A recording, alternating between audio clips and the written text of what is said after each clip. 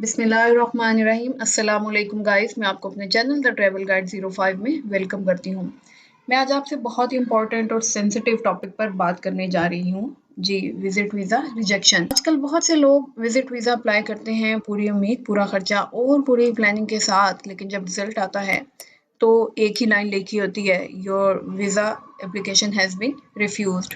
और सबसे ज़्यादा दुख की बात ये होती है कि लोगों को रीज़न का पता ही नहीं होता कि उनका वीज़ा रिजेक्ट क्यों हुआ है। किसी को लगता है कि शायद बैंक स्टेटमेंट में कमी थी, किसी को लगता है कि शायद एजेंट की तरफ से कोई काम गलत हो गया और कभी कोई सोचता है कि किस्मत ही खराब थी। लेकिन हकीकत ये है कि विज़िट वीज़ा कभी भी बगैर रीज़न के रिजेक्ट नहीं होता। हर रिजेक्शन के पीछे क्लियर, लॉजिकल और सॉलिड रीज़न ज़रूर होता है। बस वो रीज़न एम्बेसी लेटर में डिटेल से मेंशन नहीं करती।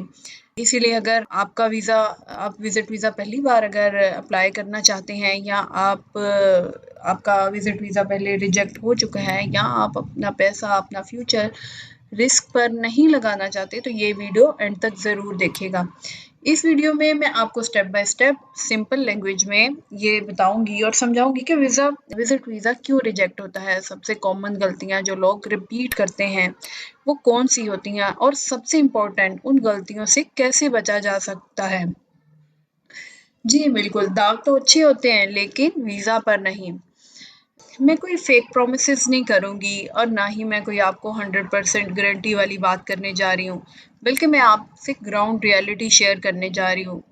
बिल्कुल वैसे ही जैसे एम्बेसी का सिस्टम काम करता है।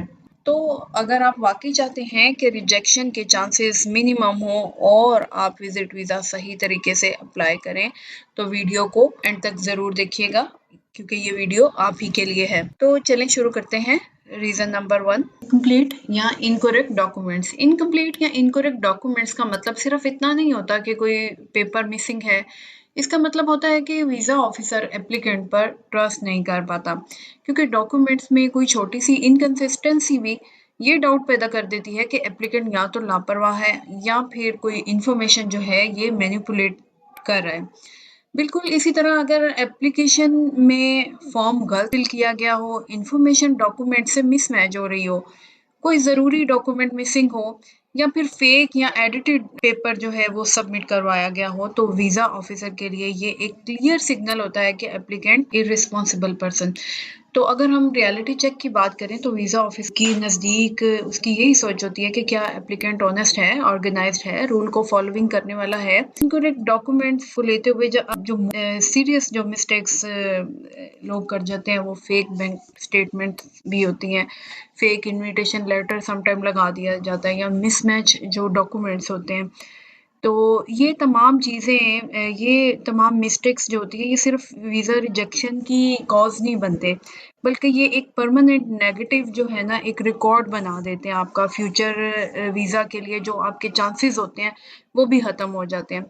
और हमेशा याद रखिएगा कि ये जो नेगेटिव रिकॉर्ड जब बन जाता है तो वो शेयर भी होता है, यानी मल्टीपल कंट्रीज़ का जो डाटा होता है ना वो आपस में शेयर होता है। तो इस सिलसिले में ये एक बात काबिले सोच है कि अगर आप अपनी एप्लीकेशन खुद ही डिफेंड नहीं कर सकते, तो एक वीज़ा ऑफिसर से उसके अप्रूवल का कैसे एक्सपेक्ट कर सकते हैं। तो हमेशा याद रखिएगा कि इनकम्प्लीट डॉक्यूमेंट्स एक गलती तो होते हैं, लेकिन जो फेक डॉक्यूमेंट्स होते हैं वो एक जुर्म बन जाता है। तली का कौल है कि सच्चाई निजात है और झूठ जो है वो ज़िल्लत होती है। तो अब सॉल्यूशन की बात करते हैं। तो एप्लीकेशन फॉर्म हमेशा ध्यान से फिल करें। हर डॉक्यूमेंट अपडेटेड और ओरिजिनल होना चाहिए और कभी भी फेक एडिटेड डॉक्यूमेंट सबमिट ना करें। जी नंबर 2 पे स्ट्रॉन्ग ट्रैवल हिस्ट्री का ना होना। पहले कभी इंटरनेशनल ट्रैवल ना हो या सिर्फ एक ही कंट्री का विजिट किया हो। जब किसी एप्लीकेंट की ट्रैवल हिस्ट्री होती है तो इसका मतलब सिर्फ इतना नहीं होता कि पहले कहीं ये जा चुका है, बल्कि ये एक स्ट्रॉन्ग प्रूफ होता है कि ये एप्लीकेंट जो है ये इमिग्रेशन रूल्स और रेगुलेशंस को समझता है, उनको फॉलो करता है, वीज़ा की कंडीशंस को फॉलो करता है, अलाउड ड्यूरेशन के अंदर रिलीव करते हैं, ओवरस्टे या लॉ वायलेशन नहीं करते, इंटरनेशनल ट्रैवल डिसिप्लिन रखते हैं। तो एक वीज़ा ऑफिसर की नज़र या उसकी सोच में ये होता है कि इस एप्लीकेंट ने पहले भी रूल्स फॉलो किए हैं और ये फ्यूचर में भी रूल्स को फॉलो करेगा। तो एक बात याद रखिएगा, अगर आपके पास ट्रैवल हिस्ट्री नहीं है तो direct high risk countries UK, USA या शेंजन अप्लाई करना अपनी एप्लीकेशन को खुद वीक बनाना है। बिल्कुल इसी तरह ट्रैवल हिस्ट्री सिर्फ स्टैम्प का नाम नहीं होती, ये एक डिसिप्लिन का रिकॉर्ड होता है। एक सही तरह से कंप्लीट किया हुआ विजिट 5 फेक स्टैम्प से ज़्यादा स्ट्रॉन्ग होता है। तो अब हम बात करते हैं सोल्यूशन की। तो हमेशा याद रखें कि पहले छोटी कंट्रीज़ का ट्रैवल करें, अपने ओल्ड वीज़ा, उनकी एंट्री एग्जिट स्टैम्प जो है वो लाजमी शो करें, प्रॉपर ट्रैवल रिकॉर्ड मेंटेन करें।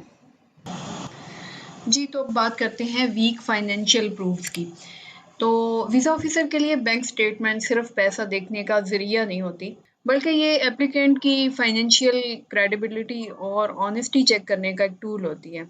बिल्कुल इसी तरह वीक फाइनेंशियल प्रोफाइल का मतलब सिर्फ कम पैसा नहीं होता, बल्कि इसका मतलब होता है कि एप्लीकेंट का फाइनेंशियल रिकॉर्ड लॉजिकल, स्टेबल और एक्सप्लेनेबल है या नहीं। जब बैंक स्टेटमेंट ही वीक हो, अचानक हैवी अमाउंट डिपॉजिट हो गई हो अकाउंट में और मंथली इनकम और बैंक बैलेंस मैच ना कर रहा हो, इनकम सोर्स क्लियरली डिफाइन ना हो, तो वीज़ा ऑफिसर के ज़हन में एक सवाल पैदा होता है कि अगर पैसा ही क्लियर नहीं है तो ट्रैवल का पर्पस जेन्युइन कैसे हो सकता है। याद रखिएगा कि फेक डॉक्यूमेंट्स जो होते हैं सबसे सीरियस मिस्टेक बन जाते हैं और इसकी वजह से आपका इमिग्रेशन रिकॉर्ड जो है वो ख़राब हो सकता है। फ्यूचर में भी आपके वीज़ा के चांसेस दूसरी कंट्रीज़ में भी वो ख़त्म हो सकते हैं इवन।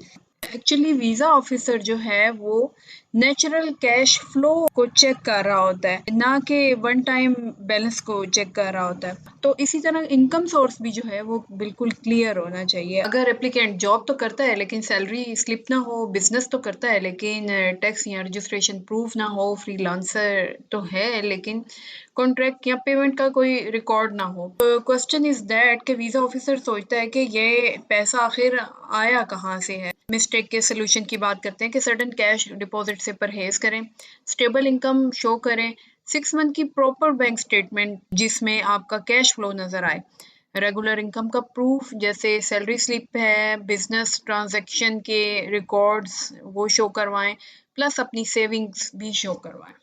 नंबर पर हम बात करते हैं पर्पस ऑफ विजिट क्लियर ना हो। जब आप टूरिस्ट वीज़ा अप्लाई करते हैं तो वीज़ा ऑफिसर को हर एंगल से ये प्रूव होना चाहिए कि आप सिर्फ और सिर्फ टूरिज्म के लिए जा रहे हैं, ना कि जॉब, बिजनेस या इलीगल स्टे के लिए। पर्पस सिर्फ लिखा हो टूरिज्म लेकिन डिटेल्स ना हो, एक्टिविटीज़ अनक्लियर हो, स्टे का प्लान रियलिस्टिक ना नज़र आए, डॉक्यूमेंट्स पर्पस को सपोर्ट ही ना करते हो, तो वीज़ा ऑफिसर कंफ्यूज हो जाता है और कंफ्यूजन हमेशा रिजेक्शन का सबब बनती है। वीज़ा ऑफिसर के नज़दीक उसकी सोच ये होती है, अगर ये टूरिस्ट है तो टूरिस्ट जैसा बिहेव भी रहा है या नहीं कर रहा, मतलब होटल बुकिंग्स रियल हैं, साइट सीइंग प्लान लॉजिकल है, क्या स्टे और बजट आपस में मैच कर भी रहा है या नहीं, क्या रिटर्न टिकट ड्यूरेशन रियलिस्टिक है या नहीं। अगर डॉक्यूमेंट्स और स्टेटमेंट्स टूरिज्म को प्रूव ही ना कर रहे हो तो ऑफिसर अज्यूम करता है कि पर्पस कुछ और ही है। तो हमेशा याद रखिएगा कि अगर आप टूरिस्ट वीज़ा अप्लाई कर रहे हैं, हर डॉक्यूमेंट और हर बुकिंग को एक ही चीज़ प्रूव करनी चाहिए कि आप सिर्फ और सिर्फ घूमने फिरने जा रहे हैं, टूरिज्म के लिए जा रहे हैं। की बात ये भी कि टूरिस्ट वीज़ा सिर्फ कहने से टूरिस्ट नहीं बनता, बल्कि डॉक्यूमेंट से हर तरह से प्रूफ भी करना पड़ता। तो सोल्यूशन की बात करते हैं, ट्रैवल प्लान बनाएं, हमेशा इनविटेशन लेटर या होटल बुकिंग शो करें, ड्यूरेशन और एक्टिविटीज़ क्लियर मेंशन करें। जी, तो 5वें नंबर पर अब हम बात करते हैं होम कंट्री टाइज़ वीक होना। होम कंट्री टाइज़ का मतलब होता है कि वो स्ट्रॉन्ग रीज़न्स जो एप्लीकेंट को अपने मुल्क वापस आने पर मजबूर करती हैं। अगर वीज़ा ऑफिसर को ये नज़र आए कि एप्लीकेंट के पास वापस आने का कोई सॉलिड रीज़न ही नहीं है और वो अज़्यूम करता है कि एप्लीकेंट ओवरस्टे करेगा या इलीगल स्टे कर सकता है और वो ये रिस्क नहीं लेना चाहता। तो अगर एप्लीकेंट के वालिदैन होम कंट्री में रहते हों और एप्लीकेंट उनको फाइनेंशियल सपोर्ट करता हो, तो वीज़ा ऑफिसर को ये क्लियर सिग्नल मिलता है कि एप्लीकेंट लॉन्ग टर्म स्टे नहीं कर सकता। मीन्स कि स्ट्रॉन्ग फैमिली रिस्पॉन्सिबिलिटी रिटर्न का स्ट्रॉन्ग रीज़न होती है। इसी तरह बिजनेस टाइज की बात करें तो रजिस्टर्ड बिजनेस जो है वो एक अच्छी टाइज शो करता है एक वीज़ा ऑफिसर के नज़दीक जो अपना बिजनेस छोड़ कर नहीं जा सकता, वो वापस ज़रूर आएगा। इसी हवाले से अगर आप सिर्फ वीज़ा अप्लाई कर रहे हैं लेकिन वापस आने की वजह प्रूव ही नहीं कर रहे, तो वीज़ा ऑफिसर के लिए ये एक हाई रिस्क एप्लीकेशन हो सकती है। तो याद रखिएगा कि वीज़ा ऑफिसर को ये नहीं चाहिए कि आप बाहर जा सकते हैं या नहीं जा सकते, उसको ये चाहिए कि आप वापस आएँगे या नहीं आएँगे। सॉल्यूशन की बात करते हैं कि हमेशा जो है अपनी एप्लीकेशन में अपनी टाइज़ को बहुत स्ट्रॉन्ग शो करें। जी, तो नंबर 6 पे बात करते हैं पुअर परफॉर्मेंस ऑफ इंटरव्यू। बहुत से एप्लीकेंट्स ये समझते हैं कि अगर डॉक्यूमेंट्स बहुत स्ट्रॉन्ग हैं, तो इंटरव्यू जस्ट एक फॉर्मेलिटी ही है, लेकिन ये सबसे बड़ी गलती होती है बिकॉज़ वीज़ा इंटरव्यू का मेन पर्पज़ ये होता है कि एप्लीकेंट की क्रेडिबिलिटी चेक करना, पर्पज़ ऑफ विज़िट वेरीफाई करना, डॉक्यूमेंट्स और स्टेटमेंट्स को मैच करना।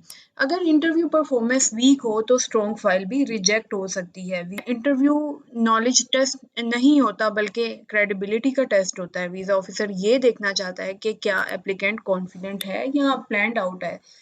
क्या ये ऑनेस्ट है या स्टोरीज बना रहा है? क्या अपने आंसर्स ट्रूली दे रहा है या नहीं? अपने आंसर्स में कंसिस्टेंट है या स्टेटमेंट्स चेंज कर। जब एप्लीकेंट इंटरव्यू में कंफ्यूज या नर्वस हो तो वीज़ा ऑफिसर के लिए ये सीरियस रेड फ्लैग बन जाता है और वो ये सोचता है कि अगर एप्लीकेंट खुद अपनी ट्रैवल स्टोरी क्लियर नहीं कर पा रहा तो फाइल पर ट्रस्ट कैसे किया जाए। तो हमेशा याद रखिएगा कि इंटरव्यू से पहले अपनी एप्लीकेशन को लाइन बाय लाइन समझें, जो लिखा है वही बोलें, ना कम ना ज़्यादा। क्योंकि वीज़ा इंटरव्यू में गलत जवाब से ज़्यादा ख़तरनाक कंफ्यूज जवाब होते हैं।